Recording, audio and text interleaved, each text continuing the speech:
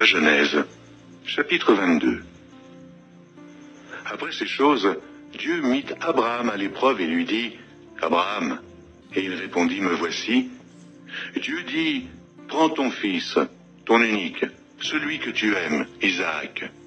Va-t'en au pays de Mojira, et là, offre-le en holocauste sur l'une des montagnes que je te dirai. » Abraham se leva de bon matin, sella son âne et prit avec lui 2 serviteurs et son fils Isaac. Il fendit du bois pour l'holocauste et partit pour aller au lieu que Dieu lui avait dit. Le 3e jour, Abraham, levant les yeux, vit le lieu de loin. Et Abraham dit à ses serviteurs, « Restez ici avec l'âne. Moi et le jeune homme, nous irons jusque-là pour adorer, et nous reviendrons auprès de vous. » Abraham prit le bois pour l'holocauste, le chargea sur son fils Isaac, et porta dans sa main le feu et le couteau, et ils marchèrent tous 2 ensemble.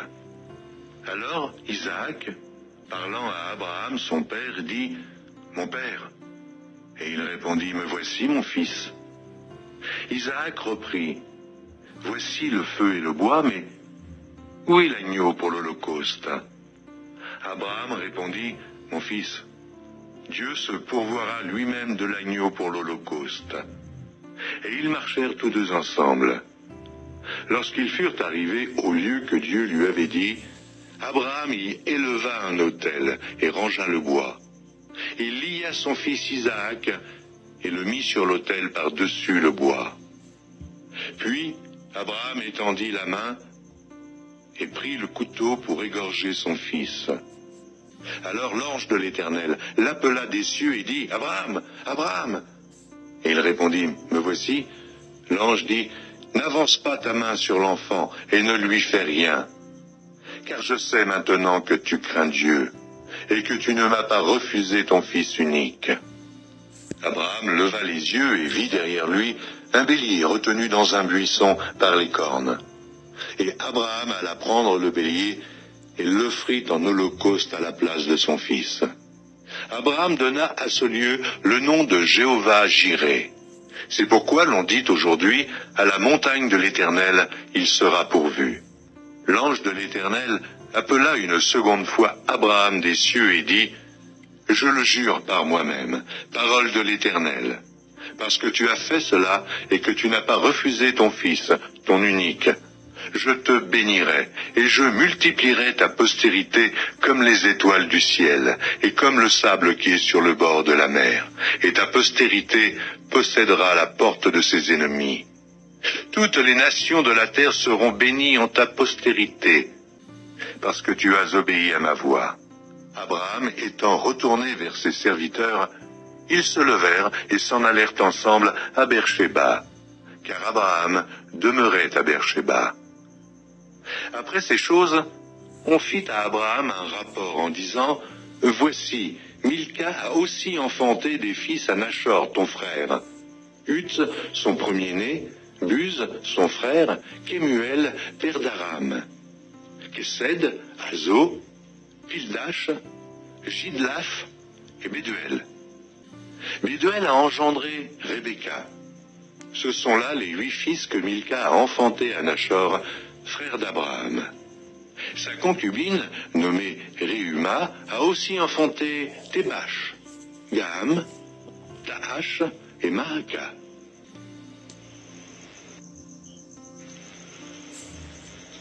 La Genèse, chapitre 23. La vie de Sarah fut de 127 ans. Telles sont les années de la vie de Sarah. Sarah mourut à Kirjath Arba, qui est Hébron, dans le pays de Canaan. Et Abraham vint pour mener deuil sur Sarah, et pour la pleurer. Abraham se leva de devant son mort, et parla ainsi au fils de Heth. « Je suis étranger et habitant parmi vous. Donnez-moi la possession d'un sépulcre chez vous, pour enterrer mon mort, et l'ôter de devant moi. » Les fils de Heth répondirent à Abraham en lui disant, « Écoute-nous, mon Seigneur. Tu es un prince de Dieu au milieu de nous. Enterre ton mort dans celui de nos sépulcres que tu choisiras. Aucun de nous ne te refusera son sépulcre pour enterrer ton mort. » Abraham se leva et se prosterna devant le peuple du pays, devant les fils de Heth. Et il leur parla ainsi. « Si vous permettez que j'enterre mon mort, et que je l'ôte de devant mes yeux, écoutez-moi, et priez pour moi, Éphron, fils de Tsochar, de me céder la caverne de Macpéla, qui lui appartient à l'extrémité de son champ, de me la céder contre sa valeur en argent, afin qu'elle me serve de possession sépulcrale au milieu de vous. » Éphron était assis parmi les fils de Heth. Et Éphron, le Héthien, répondit à Abraham en présence des fils de Heth et de tous ceux qui entraient par la porte de sa ville. « Non, mon Seigneur, écoute-moi. Je te donne le champ, et je te donne la caverne qui y est. Je te les donne aux yeux des fils de mon peuple. Enterre ton mort. » Abraham se prosterna devant le peuple du pays, et il parla ainsi à Éphron en présence du peuple du pays. « Écoute-moi, je te prie. Je donne le prix du champ. Accepte-le de moi, et j'y enterrerai mon mort. » Et Éphron répondit à Abraham en lui disant, « Mon Seigneur, écoute-moi. Une terre de 400 cycles d'argent, qu'est-ce que cela entre moi et toi? Enterre ton mort. » Abraham comprit Éphron, et Abraham pesa à Éphron l'argent qu'il avait dit, en présence des fils de Heth, 400 cycles d'argent ayant cours chez le marchand. Le champ d'Éphron à Macpéla, vis-à-vis de Mamré, le champ et la caverne qui y est, et tous les arbres qui sont dans le champ, et dans toutes ses limites d'alentour, devinrent ainsi la propriété d'Abraham aux yeux des fils de Heth et de tous ceux qui entraient par la porte de sa ville. Après cela, Abraham enterra Sarah, sa femme, dans la caverne du champ de Macpéla, vis-à-vis de Mamré, qui est Hébron, dans le pays de Canaan. Le champ et la caverne qui y est demeurèrent à Abraham comme possession sépulcrale, acquise des fils de Heth. La Genèse, chapitre 24. Abraham était vieux, avancé en âge, et l'Éternel avait béni Abraham en toutes choses. Abraham dit à son serviteur, le plus ancien de sa maison, l'intendant de tous ses biens, « Mets, je te prie, ta main sous ma cuisse, et je te ferai jurer par l'Éternel, le Dieu du ciel et le Dieu de la terre, de ne pas prendre pour mon fils une femme parmi les fils des Cananéens au milieu desquels j'habite, mais d'aller dans mon pays et dans ma patrie prendre une femme pour mon fils Isaac. » Le serviteur lui répondit, « Peut-être la femme ne voudra-t-elle pas me suivre dans ce pays-ci? Devrais-je mener ton fils dans le pays d'où tu es sorti? » Abraham lui dit, « Garde-toi d'y mener mon fils. L'Éternel, le Dieu du ciel qui m'a fait sortir de la maison de mon père et de ma patrie, qui m'a parlé et qui m'a juré en disant, « Je donnerai ce pays à ta postérité. Lui-même enverra son ange devant toi, et c'est de là que tu prendras une femme pour mon fils. Si la femme ne veut pas te suivre, tu seras dégagé de ce serment que je te fais faire. Seulement, tu n'y mèneras pas mon fils. » Le serviteur mit sa main sous la cuisse d'Abraham, son seigneur, et lui jura d'observer ces choses. Le serviteur prit 10 chameaux, parmi les chameaux de son seigneur, et il partit ayant à sa disposition tous les biens de son seigneur. Il se leva et alla en Mésopotamie, à la ville de Nachor. Il fit reposer les chameaux sur les genoux hors de la ville, près d'un puits, au temps du soir, au temps où sortent celles qui vont puiser de l'eau. Et il dit, « Éternel, Dieu de mon Seigneur Abraham, fais-moi, je te prie, rencontrer aujourd'hui ce que je désire, et use de bonté envers mon Seigneur Abraham. Voici, je me tiens près de la source d'eau, et les filles des gens de la ville vont sortir pour puiser l'eau. Que la jeune fille à laquelle je dirai, « Penche ta cruche, je te prie, pour que je boive, et qui répondra, « Bois, et je donnerai aussi à boire à tes chameaux, soit celle que tu as destinée à ton serviteur Isaac, et par là, je connaîtrai que tu uses de bonté envers mon Seigneur. » Il n'avait pas encore fini de parler que sortit sa cruche sur l'épaule Rebecca, née de Bethuel, fils de Milca, femme de Nachor et frère d'Abraham. C'était une jeune fille très belle de figure. Elle était vierge et aucun homme ne l'avait connue. Elle descendit à la source, remplit sa cruche et remonta. Le serviteur courut au-devant d'elle et dit « Laisse-moi boire, je te prie, un peu d'eau de ta cruche. » Elle répondit « Bois, mon Seigneur. » Et elle s'empressa d'abaisser sa cruche sur sa main et de lui donner à boire. Quand elle eut achevé de lui donner à boire, elle dit « Je puiserai aussi pour tes chameaux, jusqu'à ce qu'ils aient assez bu. » Puis elle s'empressa de vider sa cruche dans l'abreuvoir et courut encore au puits pour puiser, et elle puisa pour tous les chameaux. L'homme la regardait avec étonnement et sans rien dire, pour voir si l'Éternel faisait réussir son voyage ou non. Quand les chameaux eurent fini de boire, l'homme prit un anneau d'or, du poids d'un demi-cycle, et 2 bracelets, du poids de 10 cycles d'or. Et il dit, « De qui es-tu, fille? Dis-le-moi, je te prie.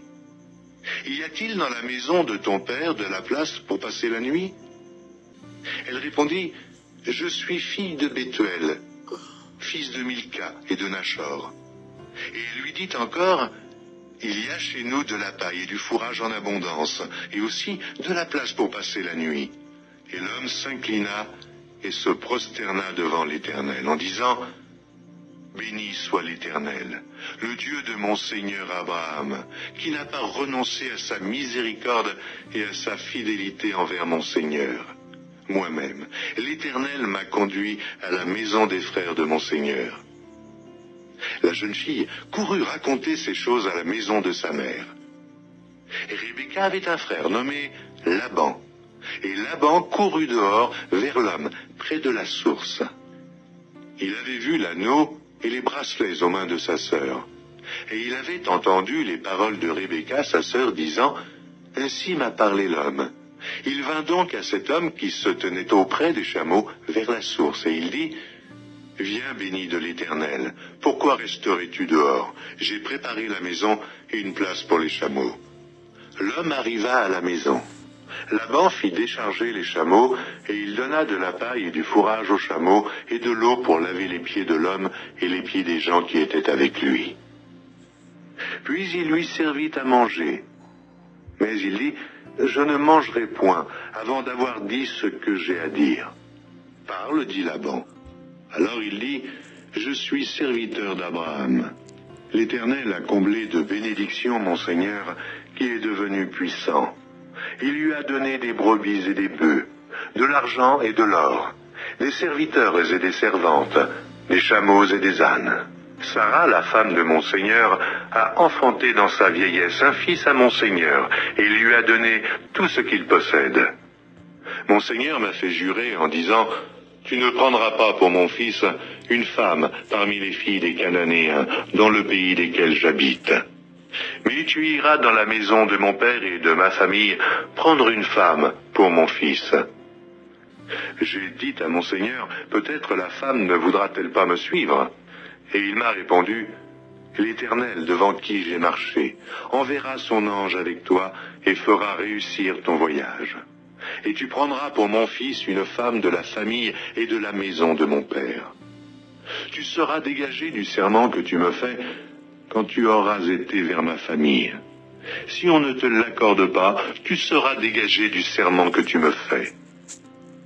Je suis arrivé aujourd'hui à la source et j'ai dit, « Éternel, Dieu de mon Seigneur Abraham, si tu daignes faire réussir le voyage que j'accomplis, voici, je me tiens près de la source, et que la jeune fille qui sortira pour puiser, à qui je dirai, « Laisse-moi boire, je te prie, un peu d'eau de ta cruche », et qui me répondra, « Bois toi-même, et je puiserai aussi pour tes chameaux. » Que cette jeune fille soit la femme que l'Éternel a destinée au fils de mon Seigneur. » Avant que j'eusse fini de parler en mon cœur, voici, Rebecca est sortie, sa cruche sur l'épaule.